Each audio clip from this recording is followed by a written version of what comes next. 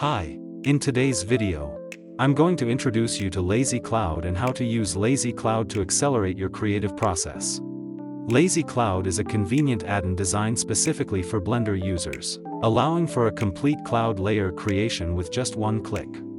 When you use HDRI, Blender's default sky texture, or any world texture, you can combine it with Lazy Cloud to create a complete dynamic cloud layer, adding more detail to your sky. Now, open a new project. Then press N to open the panel, find Lazy Cloud, and click the add button to add the cloud layer to your scene. At this point, you may notice that the cloud layer does not appear in the 3D view. You can open the Optimization Tools menu, find Adjust Camera Clip End, and click the Auto button. After that, you will see the cloud layer. However, you might find that the cloud layer in the scene looks rather dark. This is because there are no light sources in the world.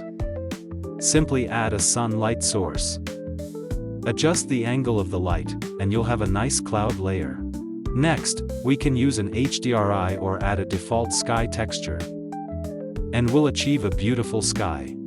If you are not satisfied with the default cloud layer effect, we can adjust the values in the cloud effects section, making each cloud layer unique and fitting for any project. Next, you can find sample file _4.4_.blend in the Lazy Cloud folder. This file showcases the effects created using Lazy Cloud, where the world texture is simply Blender's default sky texture. Then, if you want to use EEVE, Lazy Cloud is also supported. But please note that this requires Blender version 4.2 or higher. When you switch to the EEVE rendering engine, you will notice that the plugin interface has changed slightly. These interfaces integrate EEVE settings, and after clicking the Auto button, it will automatically adjust to a general and suitable setting, which you can further modify based on your project's environment. Alright, see you next time.